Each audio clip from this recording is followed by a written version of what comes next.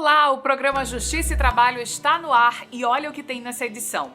Servidores e magistrados do TRT-RN se preparam para aplicar a Lei Geral da Proteção de Dados.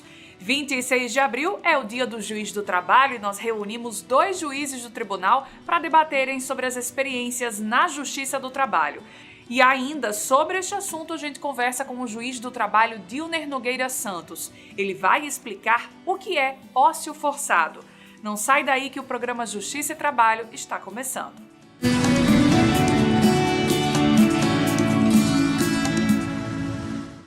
A Lei Geral da Proteção de Dados deverá ser implantada em breve no Tribunal Regional do Trabalho. Para isso, servidores e magistrados vão se preparar através de um curso que será oferecido pela Escola Judicial do TRT-RN. Por determinação do Tribunal Superior do Trabalho, o TRT-RN deverá, já nos próximos meses, implantar em definitivo a Lei Geral de Proteção de Dados, a LGPD. A nova legislação determina as condições e os limites para a coleta, a guarda e o tratamento das informações pessoais de brasileiros, inclusive em meios digitais. O que a LGPD veio fazer? Ela veio proteger esses dados. Ela veio dizer que o titular dos dados é o dono dos seus dados e não a empresa para a qual você está dando os seus dados. A LGPD foi aprovada em 2018, mas entrou em vigência em agosto do ano passado. De lá para cá, diversas instituições públicas e privadas têm se adequado à nova realidade para o tratamento de dados do público em geral. No âmbito das relações de trabalho, isso não tem sido diferente. Você foi contratado. Dentro do contrato de trabalho, a empresa trata com milhões de dados, né? Porque aí sim ela vai exigir os dados necessários ao próprio contrato de trabalho, talvez precise de outros dados, dependendo até da função que você vai exercer dentro da empresa. Às vezes, por exemplo, ela vai guardar dados seus quando do seu ASO, né, que é o atestado de saúde ocupacional, que é um dado sensível. Então, vão ter vários dados guardados dentro do contrato de trabalho, certo?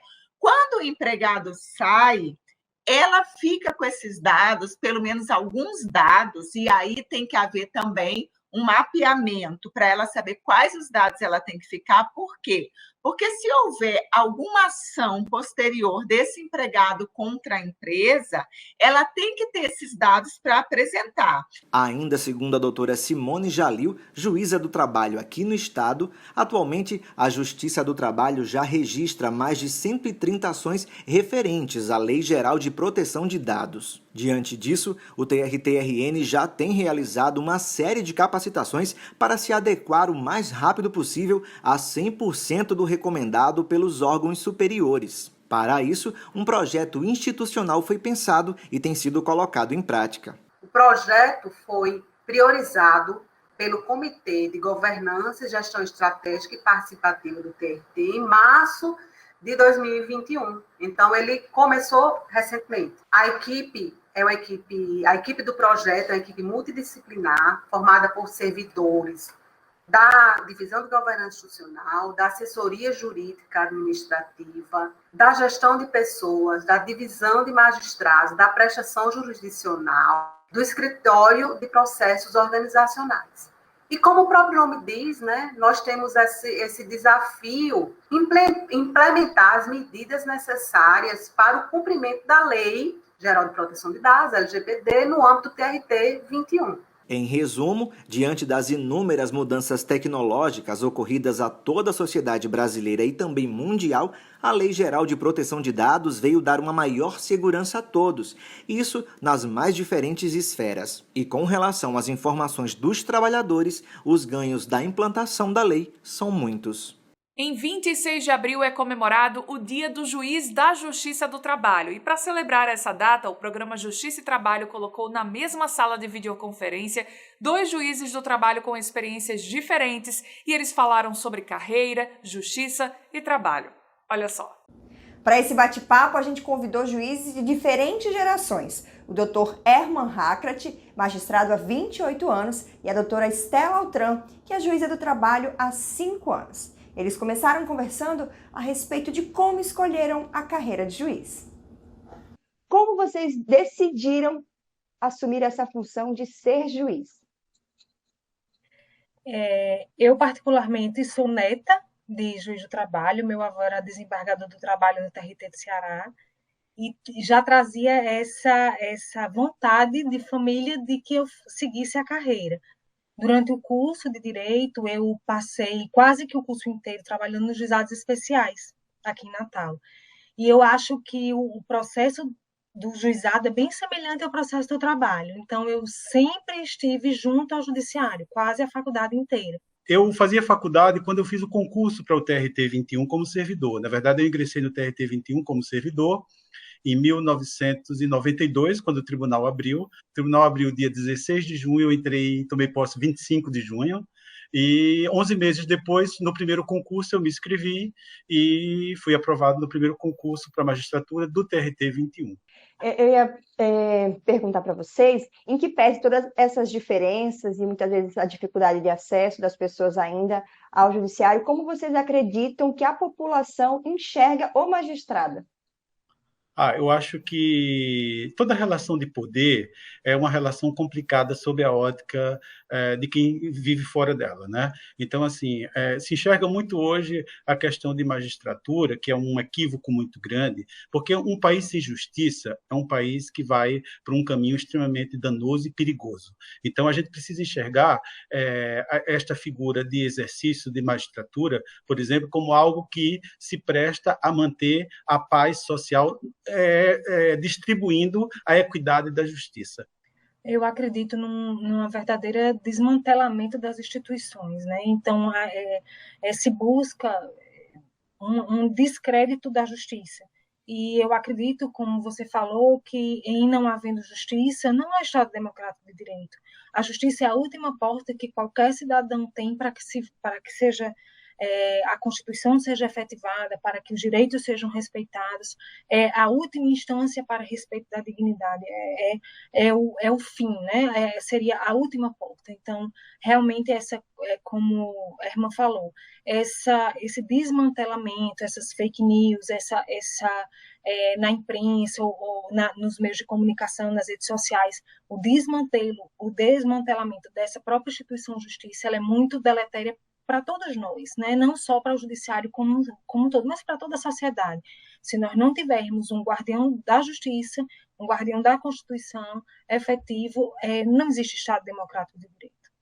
Sem dúvida. E eu diria, Carol, apenas para concluir minha fala, que eu sei que, na verdade, a gente tem um tempo muito reduzido, eu acho que o dia 26, ele muito mais do que um dia de comemoração, celebração, tem que ser um dia de vigilância sobre os direitos, principalmente sobre o direito do trabalho, sobre uma eterna campanha para esfacelação desse conjunto e arcabouço jurídico de proteção que a própria Constituição de 88 trouxe, e que eu acho que, mais do que nunca, todos nós, juízes do trabalho, devemos estar sempre atentos para que a gente possa enxergar onde está realmente a construção de um país que possa estar voltado a uma questão democrática, participativa e de liberdade, muito mais do que se espalhar todas essas notícias e esses comportamentos que, na verdade, desvirtuam a realidade que a gente tem vivido dentro dos processos. Muito obrigada, doutora Estela Altran e doutor Herman Hackert, pelas palavras, por nos transmitir aí um pouco da experiência de vocês. Parabenizá-los pelo Dia do Juiz do Trabalho e a todos que estão nos assistindo. A segunda turma do TRT-RN também determinou a EBSER, a empresa brasileira de serviços hospitalares, que mantenha a contratação de uma técnica de enfermagem, também funcionária do município de Parnamirim. A empresa se recusou a empossá-la devido à carga horária semanal com um acúmulo de serviço nos dois lugares, que ficaria maior do que o permitido pela legislação. Porém, de acordo com o desembargador Eritson Medeiros, relator do processo no tribunal, como as jornadas de trabalho da servidora não se sobrepõem, os horários dela são sim compatíveis. No processo, a técnica de enfermagem pede para ser empossada no Hospital Universitário Maternidade Ana Bezerra, em Santa Cruz. A EBSER, que administra os hospitais universitários no país, alegou que o somatório das jornadas de trabalho ultrapassaria as 60 horas permitidas em um parecer da AGU, a Advocacia Geral da União.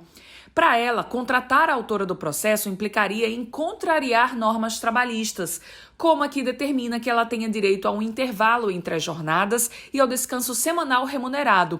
O desembargador Eritson Medeiros destacou que a Constituição permite o acúmulo no serviço público para professor e profissional da saúde, mas em momento algum disciplina a jornada decorrente do acúmulo de empregos nas relações privadas.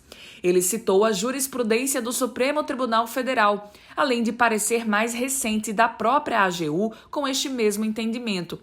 Dessa forma, apenas se na prática forem demonstradas falhas de desempenho ou descumprimento da jornada de trabalho é que seria permitido à empresa aplicar as penalidades previstas.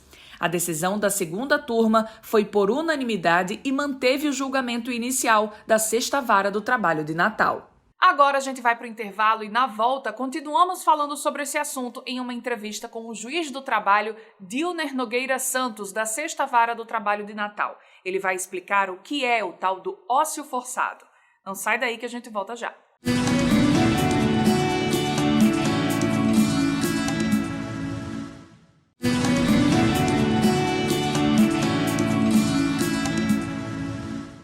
No primeiro bloco do programa, nós destacamos uma decisão judicial recente aqui da Justiça do Trabalho Potiguar que cita um termo chamado ócio forçado. E a gente vai entender melhor o que é que isso significa agora na entrevista com o juiz da Sexta Vara do Trabalho aqui de Natal, o juiz titular Dilner Nogueira Santos. Doutor Dilner, muito obrigada pela sua entrevista e seja bem-vindo ao programa. Obrigado, Luísa. Obrigado a todos. Obrigado pelo convite de estar aqui hoje à tarde com vocês, participando desse bate-papo. Eu espero contribuir para esclarecer melhor a todos como é que é essa questão do ócio forçado, né? Que é muito comum, muito mais do que a gente pensa nas relações de trabalho. Pois é, doutor Dilner, para quem não está acostumado com o dia a dia da Justiça do Trabalho, é até difícil imaginar que uma empresa pague um funcionário sem exigir dele justamente a recompensa por esse pagamento, que é o trabalho. Mas isso acontece e mais do que a gente imagina, né? É verdade. A gente tem que partir do pressuposto de que o contrato de trabalho ele gera direitos e obrigações para ambas as partes, para o empregado e para o empregador. Então, assim, a principal obrigação do trabalhador é prestar o serviço. E a principal obrigação do empregador é dar emprego, dar trabalho ao empregador, ou seja, dar condições para que ele preste esse serviço. Então, quando esse trabalhador, quando esse empregado é impedido de exercer as suas atividades perante a empresa ou até mesmo perante uma pessoa física, isso pode gerar um ato ilícito, que é denominado de ócio forçado. E com que frequência que isso acontece aqui na nossa Justiça do Trabalho? Olha, é até muito comum do que a gente imagina. Muitas vezes a empresa pode gerar até uma rescisão indireta do contrato de trabalho. O que é isso? Ela força o empregado, o trabalhador, a pedir a demissão do emprego. É uma forma de impedir que esse contrato de trabalho continue existindo. E uma dessas formas é não dar mais condições para o trabalhador para que ele continue trabalhando. Geralmente, a empresa pode, por exemplo, determinar que o empregado fique em casa, aguardando o chamado para trabalhar. O empregado fica em casa, ocioso, sem poder trabalhar, né? Isso vai se repetindo, vai se reiterando, até um ponto que esse contrato não pode mais continuar, não pode mais subsistir, porque o empregado está sem trabalhar. É uma forma da empresa de forçar o empregado a pedir demissão. Quer dizer, então muitas empresas usam isso aí como um artifício para realmente forçar esse trabalhador, esse empregado a pedir demissão, né? Aí a última consequência ali, por não aguentar mais aquela situação. Exatamente. É o que pode acontecer, porque se o empregado, se o trabalhador pede demissão do emprego por iniciativa própria, ele se prejudica, porque muitos direitos dele deixam de existir, né? Ele perde muitos direitos trabalhistas se ele pede a demissão, ou seja, se ele não é colocado para fora pela própria empresa. Então, é um ato ilícito que a empresa pratica, isso não tem respaldo legal e a empresa pode ser condenada a pagar perante a justiça todos os direitos trabalhistas, caso ela tivesse colocado esse mesmo trabalhador para fora. E pode até mesmo ser condenada a pagar uma indenização por danos morais, se ficar caracterizado o ócio forçado. Então, muitas vezes, essa empresa ela pode ser condenada por danos morais por conta desse constrangimento, né? Não é assim, é muito bom, estou em casa sem trabalhar. Não, é um constrangimento pessoal, às vezes perante os colegas, né? O fato de estar contratado, mas não estar sendo solicitado pela empresa, né? Por quê? É exatamente, porque o ócio forçado, ele dá essa sensação de inutilidade para o trabalhador. Claro que é uma sensação inverídica, né, que não pode prevalecer, mas é uma sensação que o trabalhador sente de inutilidade, porque ele está muitas vezes em casa, com condições de trabalhar, mas não é convocado pela empresa para trabalhar. Na verdade, ele é impedido de retornar a exercer as suas atividades perante a empresa. Então, isso aí atinge a dignidade do trabalhador. Isso fere o íntimo do trabalhador. Portanto, é um ato ilícito, né? Não tem respaldo legal, e isso é passível de indenização por danos morais. E é o que normalmente acontece, doutor, comprovado que o funcionário ali está disponível para a empresa e não está trabalhando, prestando aquele serviço por uma decisão da própria empresa, normalmente é chegada a essa conclusão do ócio forçado? Exatamente, claro que isso vai depender das provas, né, o trabalhador vai ter que produzir alguma prova nesse sentido, né, e geralmente uma testemunha, algum colega de trabalho vem para a audiência, vem prestar o depoimento, e esse colega de trabalho, na condição de testemunha, comprova, não, ele tinha condições de trabalhar, havia serviço para ele disponível na empresa, e não se sabe por que razão a empresa não convocou esse trabalhador para trabalhar. Obrigada, então, Dr. Dilner Nogueira Santos, juiz titular da Sexta Vara do Trabalho de Natal, que esclareceu hoje aqui pra gente o que é o ócio forçado, em que situações que ele pode acontecer. Muito obrigada, viu, pelos seus esclarecimentos. Acredito que é muito importante para empregados e também para empregadores não incorrerem nesse tipo de situação. Eu que agradeço o convite, estou aqui disponível para futuros convites, para ajudar a fazer um novo bate-papo e a gente conversar mais sobre outros assuntos relacionados à justiça do trabalho. É sempre um prazer vir aqui conversar com vocês. Obrigada, Dr. Dilner. O programa Justiça e Trabalho vai ficando por aqui. A gente agradece a sua companhia e lembrando que você pode continuar nos acompanhando através das redes sociais. Uma excelente semana para você e a gente volta a se encontrar na próxima semana. Até lá!